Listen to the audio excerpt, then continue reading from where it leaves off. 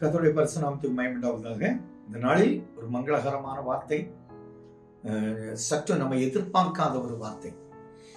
கர்த்தருக்கு காத்து இருக்கிற உங்களுக்கு கிடைக்க விலையேற பெற்ற ஒரு ஒரு 10 விதமான ஆசீர்வாதம் நிறைய வைத்திருக்கிறார். அந்த ஆசீர்வாதங்களை நம்ம கணக்குல வைக்க முடியாது. பாருங்க, ஏசாயா 64வது அதிகாரம் 4வது வசனத்தில் பாருங்க, தேவனே உமக்கு காத்திருக்கிறவர்களுக்கு நீர் செய்பவைகளை நீரே அல்லாமல் உலக தோற்றம் முதற்கொண்டு ஒருவரும் கேட்டதும் இல்லை, செவியால் உணர்ந்ததும் இல்லை, அவைகளை கண்டதும் இல்லை. ஆண்டவர் உங்களுக்கு செய்ய போகிற, யாருக்கு? தேவ சமூகத்துல காலையிலே எழும்பி காத்திருக்கிறீங்களா? இந்த வசனத்தை காலையிலே கேட்கிறீங்களா? இந்த உங்களுக்கு சொல்றார். கர்த்தருடைய ஓய்வு நாளை சரியாய் ஆசரிக்கிற உங்களுக்கு சொல்லுகிறார். உபவாச நாளை சரியாய் ஆசரிக்கிற உங்களை பார்த்து சொல்றதுதான் இந்த வார்த்தை. உங்களை இருதயம் பூரிப்படையுங்கிறார்.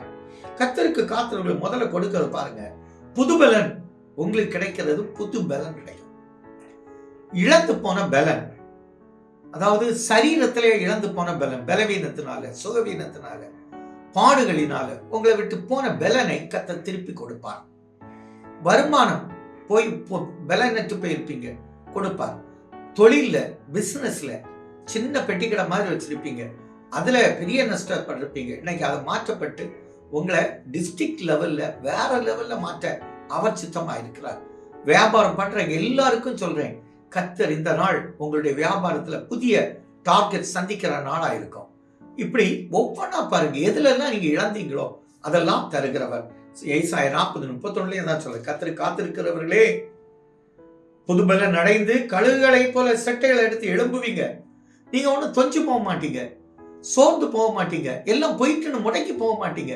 தாவீதை பாருங்க, எல்லாம் போயிட்டு முடங்கி போல உடனே தேவ சமூகத்துல வந்தான், 3 மடங்கு பெற்றான். அதே போல 3 மடங்கு பெற்றுக் கொள்வீங்க.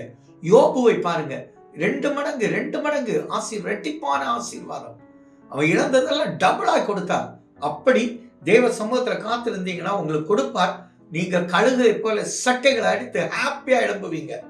அப்ப பாருங்க, நீங்க நடந்தா கூட சோர்வு வராது, புத்துணர்ச்சி இருக்கும், வேகமா நடப்பீங்க.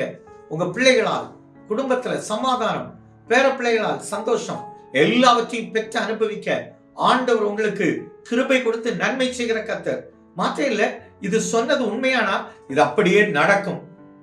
தேவன் சொன்னது ஒருபோதும் பொய்யா போனதே இல்லை.